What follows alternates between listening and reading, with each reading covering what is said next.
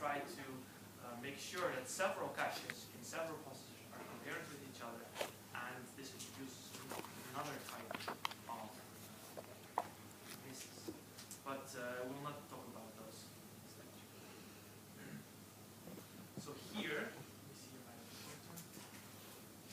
we see a very important graph. This graph shows the miss rate for different caches, different sizes and different types.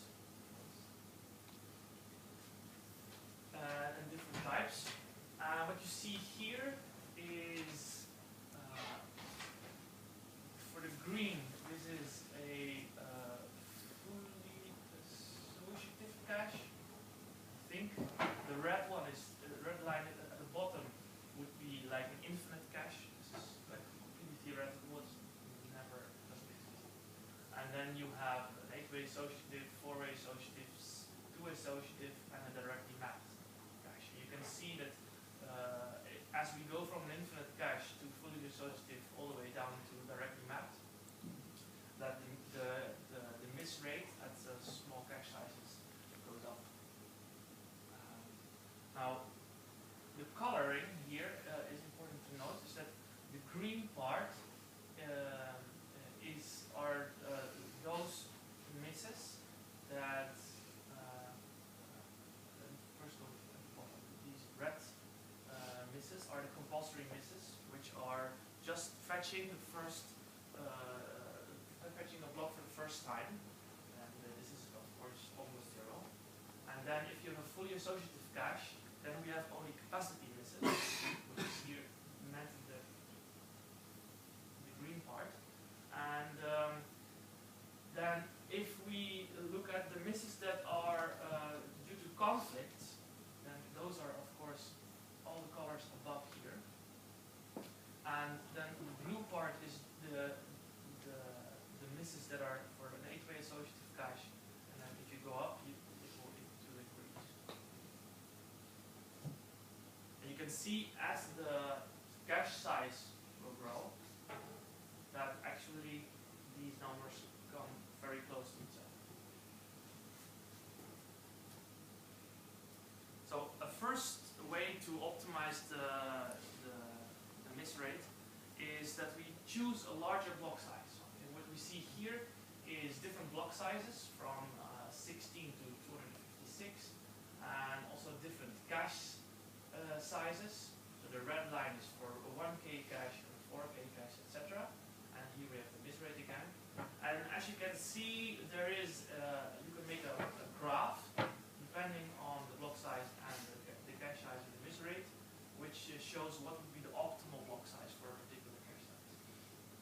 As you can see, when you have a too small block size, then your miss rate will go up.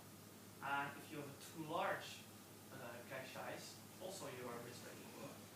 Now, here, if you have too small of a block size, then the misses are actually that there are more compulsory misses.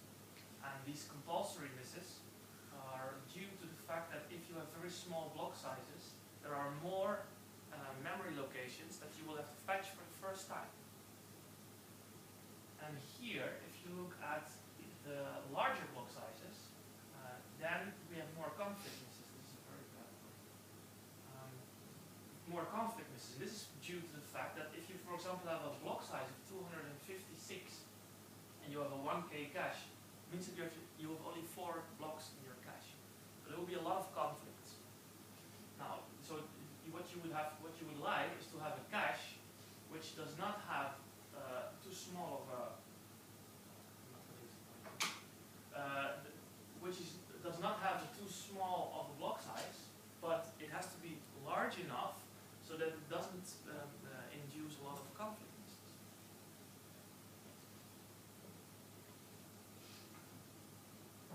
Then another thing that we can do, as I said already, is to try to increase the size of the cache. What you can see here is that the miss rate is going down as the cache grows.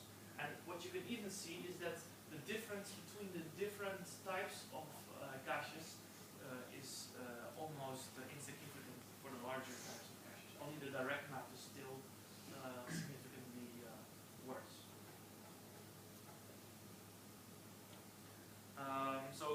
advantage of a larger cache is that it reduces capacity misses, but a disadvantage is, of course, it's going to be more expensive, and the hit time can take longer, because a larger cache, you will have a larger memory, and then the cycle time might go down, or there's more logic that you need. So that's the trade-off that you have. And for example, if you look at the Pentium 4 or Pentium 3, is that the Pentium 4, although it's newer, it actually had a smaller data cache than the Pentium 4.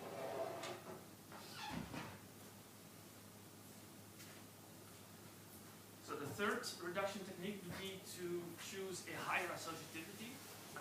The advantage is that it reduces conflict misses. We saw it in the previous figure here. As we take a more associative cache, then the hit rate will go down, or the miss rate will go down. There are two things that that are like rules of thumb that you can remember. First, an 8-way set associative cache is basically as good as a fully associative cache of the same size. And the second rule of thumb is the 2-to-1 cache rule. And this one says the miss rate for a directly mapped cache of size n is is the same as the miss rate for a 2-way cache of half the size.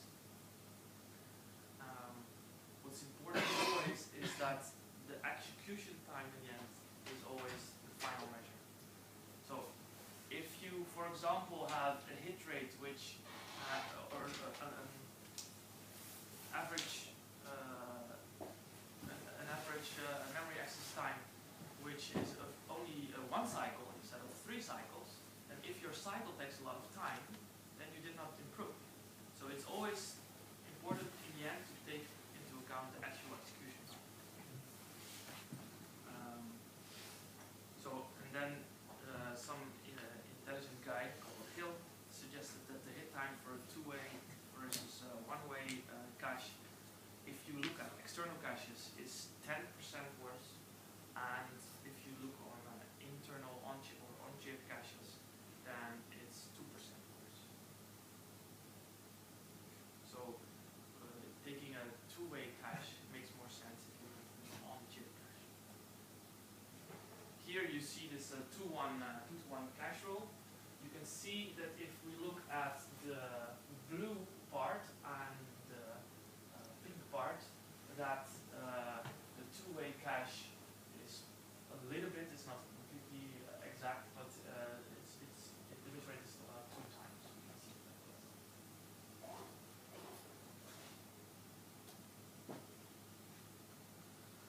What we can also do is to have weight prediction. What we try to do with weight prediction is make a prediction of which of the ways in the set associative cache is going to be used.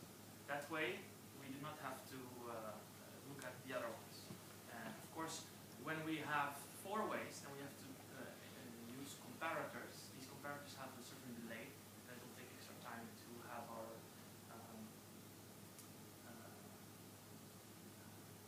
comparison. Let's see.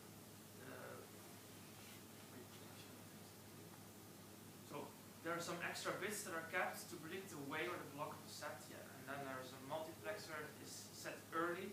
So instead of checking all of them, we are already going to use one of the values. And if there is a miss, then only then we check the other blocks. And in the alpha 21264 that we saw yesterday, there is 1 bit per block in the instruction cache. And if the predictor is correct, it's going to take 1 cycle. And if it's not correct, it's going to take 3 cycles. So in this way, we're going to be a little bit faster. Actually, if you take into account the effectiveness, so this predictor is about 85% effective, then we get to an average number of cycles 1.3. It's 0.85 plus 3 times 0.550, so it's 1.3. Yes. And in the MIPS 4300, the same thing is used, but here they try to reduce the power. Of course, if you do weight prediction and you are going to use a particular part of your cache set, then the other ones you don't have to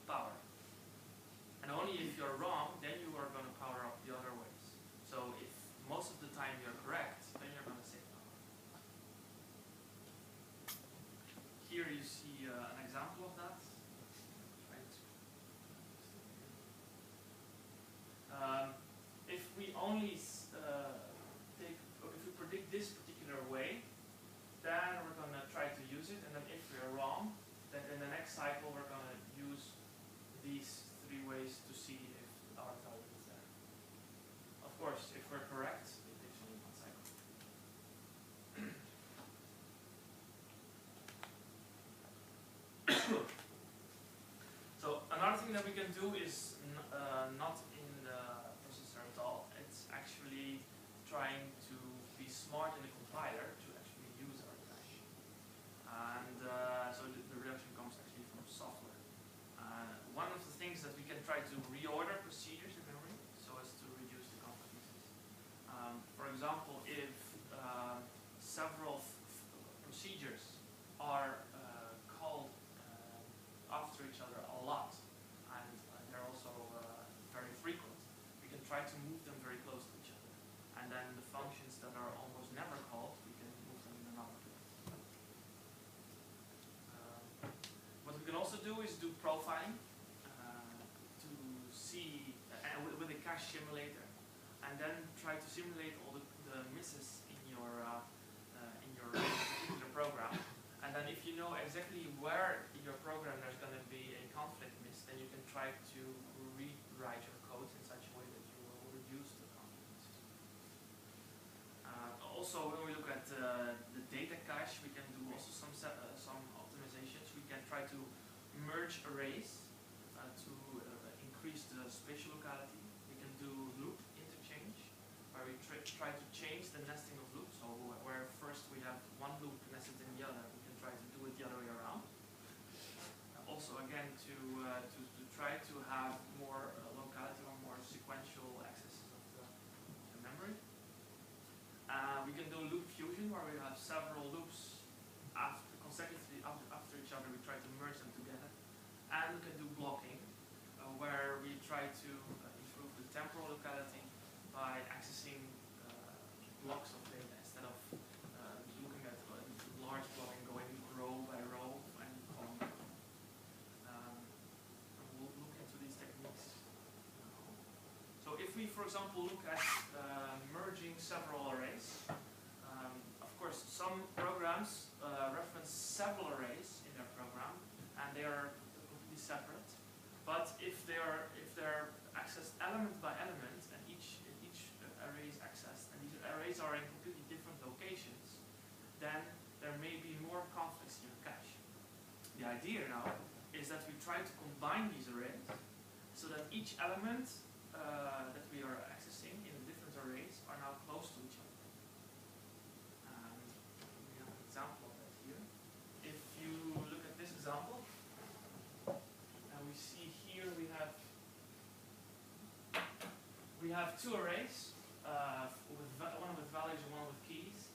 And let's assume at some point we have a loop which iterates over these two arrays. They are in different locations, and there may be some contention in the cache.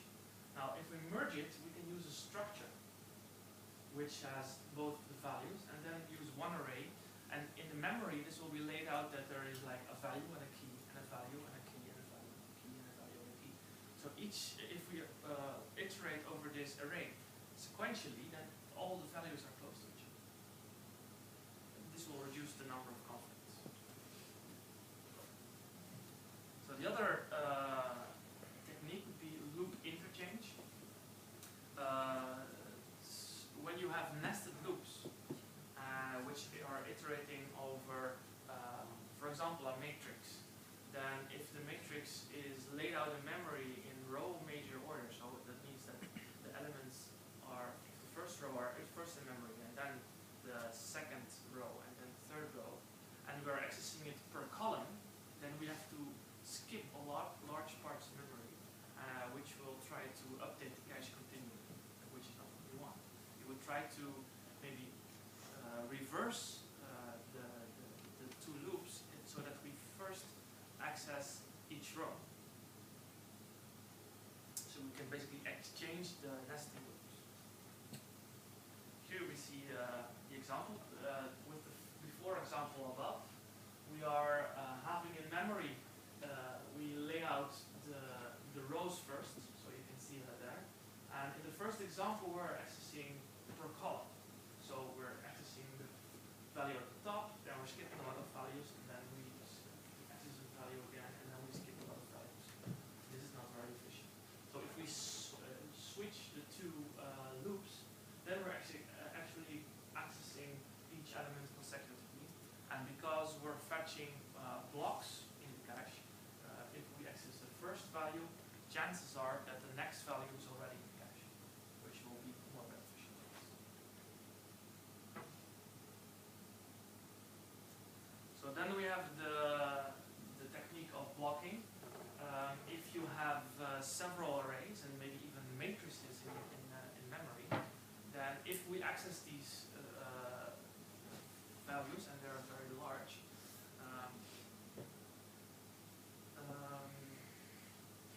then the cache, there's a lot of contention in the cache. So what we can do with these very large arrays, very large matrices, is try to have an algorithm which looks at a small block, and this block might fit actually in the memory, and then we process block per block per block. And this is especially important when several of the some of the arrays cannot be accessed in row major order, so loop interchange will not help. Then we have an example here. In this example, what you see is that we're updating a array R, and there is 3 nested loops where we sum some values, and we're multiplying values from I and Z. And as you can see, we access the X in columns, and then we access the Y in rows, and then we access Z as a complete large matrix. Now in this, if you look at the 2 inner loops, then actually we are reading n times n elements of Z, and we read n elements of 1 row of Y, and we do that repeatedly. So as you can see, we read row I k times, and then we write n elements of 1 row of X. That's actually, if we assume that Z does not fit the cache, then there are many capacity misses that we have to deal with. And this is a function of n and the size of the cache. But in the worst case, this would be 2 times n to the third plus n to the squared, assuming that there are no conflicts. Otherwise, it's going to be more complex. And you can see that you can actually see that from the code. There is, if you look at the inner part, there are 2 memory accesses in Y and Z. So that's 2 times, and it's inside of 3 loops. So it's n times n times n is 2 times n to the third, and then X is actually inside of 2 loops. So then there is it's plus n squared. That's in the worst case. The idea now is that if we only look at the submatrix, we might be able to do this more efficiently. So first, let's look at the code. What we added now is outside of this complete loop nest, we added 2 more loops where we have a index JJ and KK, which are going to be used in loops at the inner side. And these JJ and KK are being incremented by B, so that each time we go to the next submatrix or subarray. And these are then used in the 2 inner loops. Now, what we have done now is we have reduced the capacity misses from 2 times n to the third plus n squared to n to the third divided by B plus 2 times n squared. Is there anybody daring to figure out how we went from 2n to the third plus n squared to n to the third divided by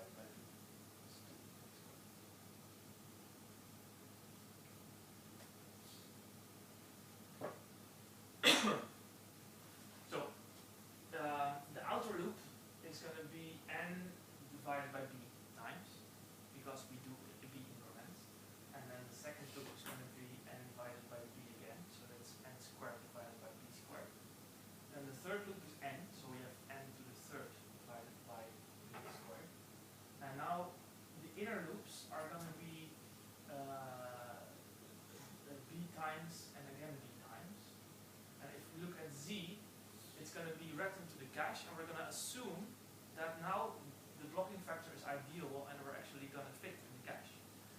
This means that Z, each row of Z has to be fetched once.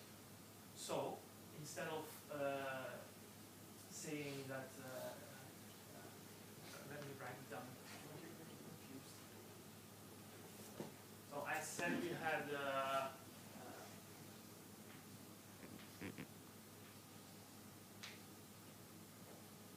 other three loops now are going to be about this many iterations, and an inner loop. At the first glance, you would say it's b squared, so you would have like this, but it's not. For Z, actually, we're going to have b times that we have to fetch the values in let's say each row into the cache, and afterwards they're already in the cache. We're assuming that Z will fit, so we don't have to fetch it each time again. So this means that we only have to access, actually have b misses instead of b squared misses, which means we have n cubed divided by b. Now for x, nothing changes, so that means we have like this. But then the 2, where does that come from? It means that y now, which was read all the time, again and again, so we could have a lot of misses. But now also y is fetched once and put in the cache, and it's going to be read again and again from the cache. And only in the next block we're going to fetch a new one, because we're assuming that the block factor is ideal, which means that instead of n cubed, or n to the third, actually now it's n squared. So we get this form. Anyone does not see this?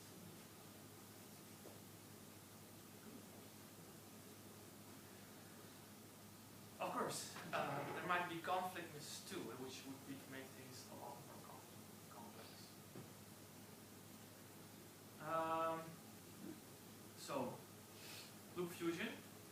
Now, if we have consecutive loops that access the same data, we can try to merge them in order to have this data already in the cache. Especially if we have a loop which accesses a very long array, at some point the values that we read first are going to be evicted from the cache, and then the second loop, which we're executing afterwards, and which would access the same array, and we have to put it in the cache again, although we already had put it in the previous loop. So if we now merge these loops, then we can use the data which is already in the cache. So we basically want to fuse these two loops, and that's why it's called loop fusion. So here we see an example. We see two loops, actually two nested loops, and in one we're putting a value in A, and then we put the value in D, and actually the reading of the values of C are now going to be, and also the values of A are going to be done via the cache. And we see that in the second version where we merge these two loops. Of course, you can see that this can only be done if the loops are very similar, and we actually can merge them. So here we have a short summary of the compiler optimization we have looked at. There are some programs here that have been manually optimized using these techniques, and we see that there are from some benchmark of NASA 7, and we see that in the top kernel, vPenta, we were able to have 2.7, 2.6 times improvement, and a large part of that was due to merging arrays, and we further optimized it by doing loop interchange, and then also we did loop fusion. And for this second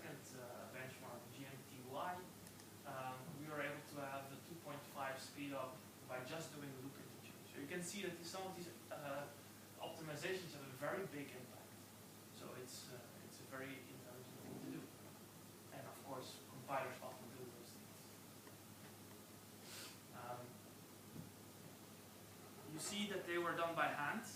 It means that also that the programmer was very much aware of the underlying architecture. You have to know about the caches. You have to know about these types of things. And you guys now are some of the guys who will be better programmers because you know about the underlying architectures. And when you program, you know that you can do some of these optimizations.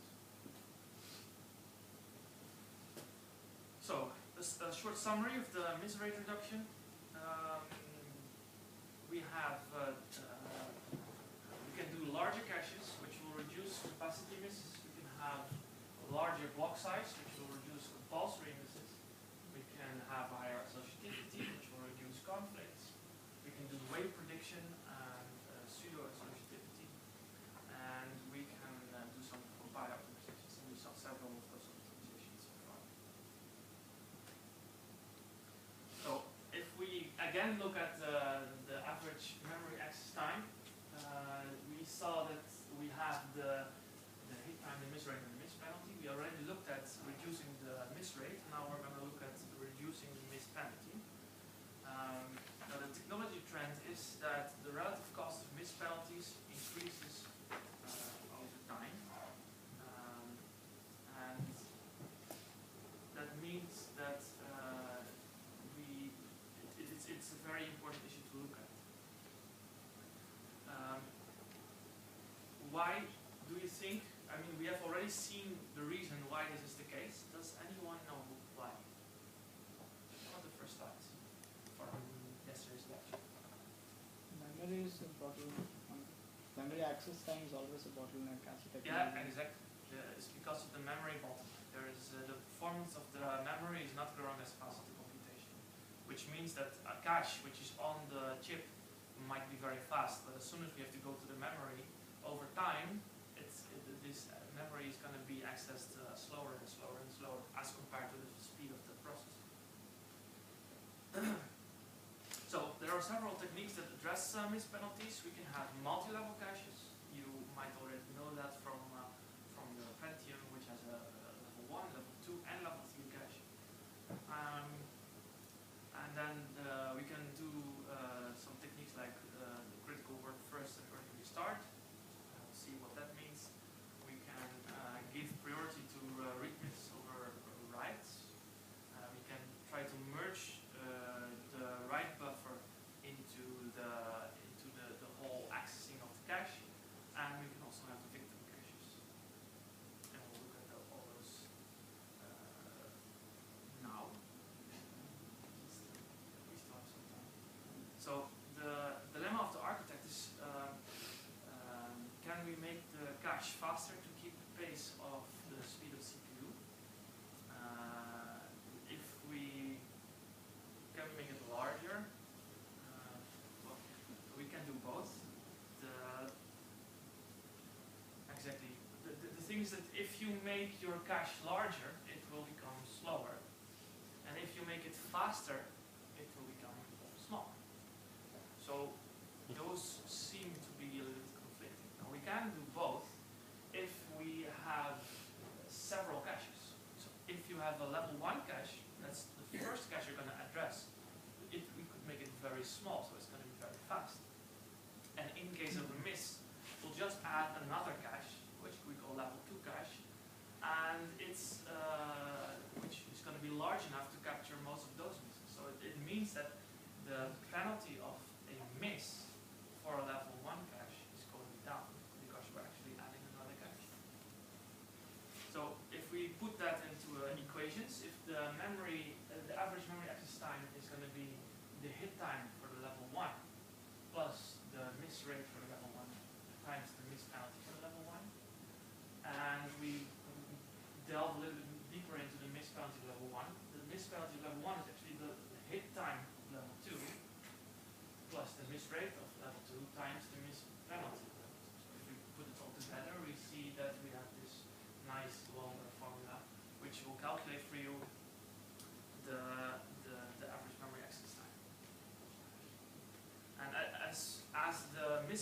capacity for level 1 is now basically the average memory access time of level 2, which is less than accessing the memory or having the speed increase. So some definitions. We have the local miss rate, and these are the misses in the cache that you are looking at, divided by the total number of memory accesses to this particular cache. So that would be, for example, the miss rate for level 1 and the miss rate for level 2. And we have also the global miss rate, and these are the misses in this particular cache that you were looking at, divided by the total number of memory accesses generated by the CPU. So for this level 2, this is the local miss rate of level 1 times the local miss rate of level 2. Then the global miss rate is what matters most. The fraction of the memory accesses go all the way to memory. So this is the most important thing. And as you add more caches, the global miss rate will be calculated by multiplying it with the other miss rates. If all these miss rates are below 1, then of course multiplying with this number will decrease the miss rate, the global miss rate.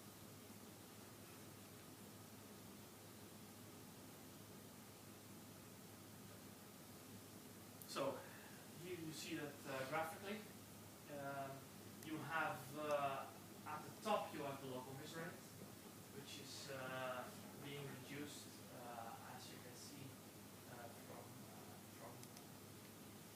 as the cache size grows, and then you have the global miss rate, which is a lot less, and single cache miss rate, which would be very interesting. I don't know what the single cache miss rate in this case would be. I think what they mean with the single cache rate is that it's if you only had a level 1 cache, which is, for example, here 6%, 5%, if you go to the left, and then adding this level 2 cache will reduce it to 4% and 3% later on. So the global miss rate is going down even farther by using that extra level of cache. Now, if you go to the right picture, you see a comparison of different sizes of the level 2 cache with a baseline of 1 for an 8 megabyte level 2 cache with a 1 cycle hit, and let me see, 8 clock cycles, 16 clock cycles. You can see that the how fast the level 2 cache is doesn't really matter that much. If it takes 8 clock cycles or 16 clock cycles, then the difference in the performance is marginal, because accessing the memory is going to take a lot more clock cycles. So you can still say, oh, I will invest in a little bit slower level 2 cache. And then of course if the level 2 cache is going down in size, then your relative execution time will go up because you have more cache misses. And if the size will go down, what type of cache miss do you think will go up? Compulse. Who said something? So compulsory cache. Not not the compulsory cache misses, but actually the capacity misses will go up because your caches are